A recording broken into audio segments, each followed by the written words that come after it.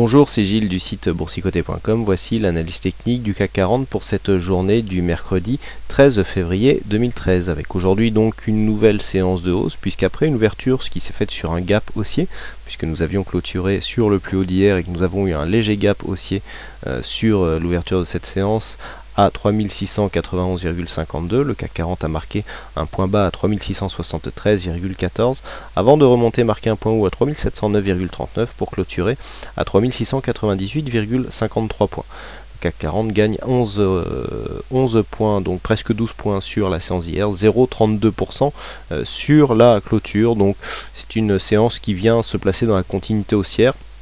Nous n'avons pas beaucoup d'éléments supplémentaires, nous avons quasiment ici cet objectif des 3710 qui est atteint, qui était l'objectif de rebond technique, et donc qui ouvre en fait la voie à un possible franchissement ici d'une zone que je vais vous expliquer, qui pourrait nous donner un signal de retournement du point de vue de la tendance de fond. Du point de vue des indicateurs, nous avons un RSI qui continue à marquer ici le rebond technique, mais qui a toujours plutôt une dynamique baissière. Le stochastique, quant à lui, nous donne un signal de hausse, puisque nous sortons ici de la zone. Alors nous avons un tout petit croisement ici dans la zone de survente, et nous sortons de cette zone de survente accompagnée de la ligne de signal. Donc début de signal haussier sur ce stochastique, avec donc une dynamique haussière qui nous est donnée aussi par cet indicateur.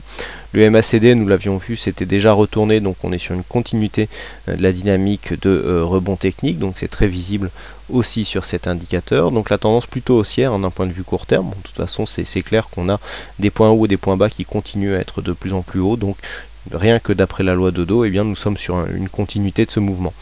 Avec des volumes donc qui sont en légère augmentation. Alors ça c'est plutôt pas mal, bon, même si on reste un peu en deçà des volumes qui avaient été donnés lors de séances baissières qui avaient bien imprimé la dynamique, on reste en deçà quand même, donc on sent que les principaux volumes se font sur les séances de baisse. On a ici ces trois histogrammes rouges, rouges qui correspondent donc à des séances baissières, qui nous indiquent que la dynamique est là. Là, nous sommes toujours dans une phase de rebond technique. Alors, on va en parler, on a une zone à franchir qui pourra nous donner de bonnes informations. Il faudrait que cette zone soit franchie sur une augmentation de volume. Là, ce qui est intéressant déjà, c'est que sur le rebond technique, on a des volumes qui sont légèrement croissants, même s'ils sont à peine dans la moyenne des 20 dernières séances, mais on a quand même une petite progression, mais c'est vraiment léger. On ne pourra pas dégager de grosses dynamiques sur cette information. Et puis une volatilité donc qui est en forte baisse, qui repasse sous la barre des 1%. Donc on le voit, tous les éléments vont en ce sens. On a une continuité de mouvement haussier avec cette zone ici, 3710, sur laquelle je reviendrai tout à l'heure, qui était un objectif de rebond technique et qui est quasiment atteinte aujourd'hui. On a quelques dixièmes de points qui nous en séparent, mais dans la logique, on pourra considérer que la zone en tout cas est atteinte. Maintenant, on va s'attaquer au dur du sujet. Nous avons ici une zone 3710-3725 qui sera une zone particulièrement attendue. Alors pourquoi cette zone? Tout simplement parce que nous avons ici déjà cette zone des 3711 qui marque en fait l'entrée dans une zone qui normalement devrait être assez difficile à franchir. Et puis on a beaucoup de zones techniques, on a les 50% de ce Moribosu, on a ici ce point bas 3726, et puis on a cette zone de résistance qui pourrait encore jouer. On voit que cette zone ici à 3732 s'était imposée ici comme zone de support, malgré un point bas légèrement en dessous, et donc c'est cette zone ici qui risque d'être compliquée à franchir. Alors compliquée dans quel cas? Elle risque d'être compliquée à franchir si ce Moribosu ici, si cette phase de baisse a réellement imprimé un changement de tendance, puisque nous étions sur une tendance ici largement haussière du point de vue moyen terme, et de fait nous aurions dans ce cas-là une phase de dynamique baissière avec un rebond technique qui a été provoqué par le contact de ce support majeur que je vous avais indiqué comme étant un objectif qu'il faudrait vraiment surveiller, qui pourrait donner un point de retournement, et c'est bien ce qu'il a fait.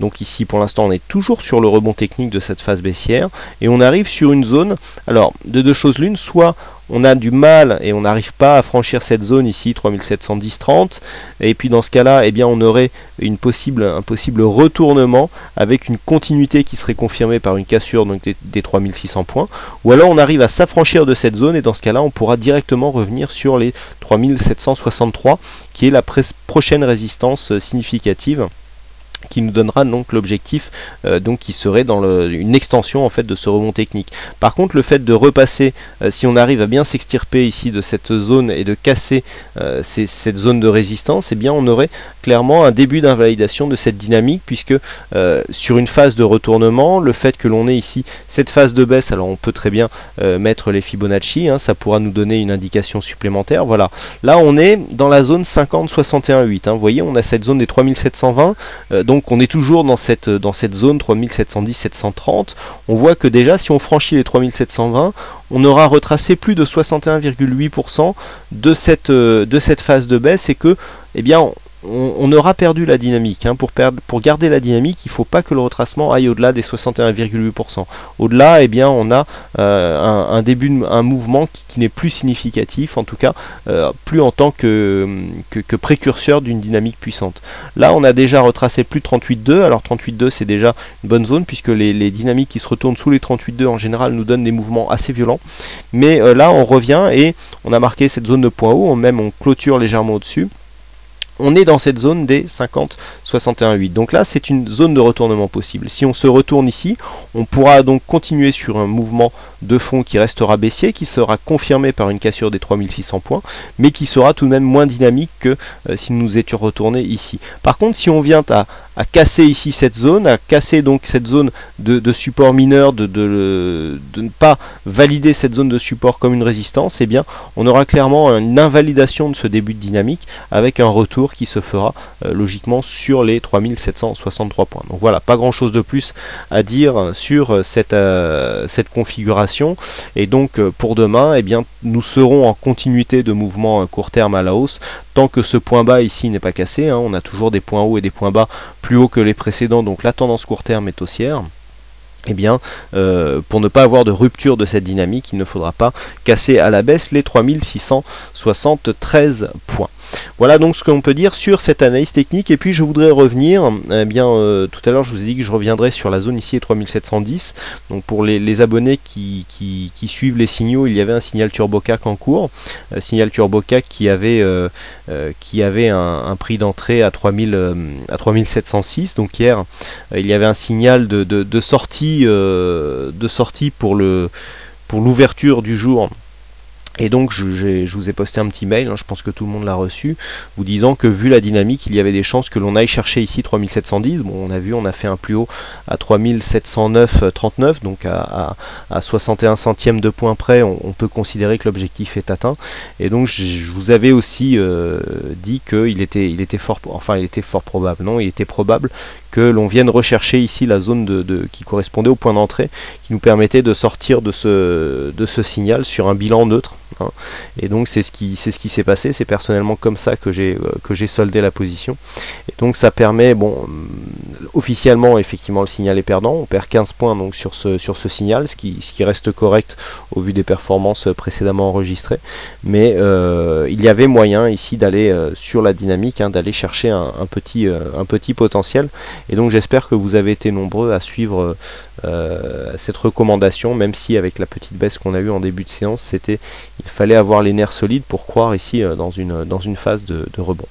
Voilà donc ce que l'on peut dire sur cette analyse technique. Alors aujourd'hui c'est Bono qui gagne au jeu du fixing, donc bravo à toi. Et puis quant à moi, il ne me reste plus qu'à vous souhaiter à toutes et à tous une bonne soirée, bonne chance dans votre aide, et je vous donne rendez-vous dès demain pour d'autres analyses techniques en vidéo. Bonsoir à tous.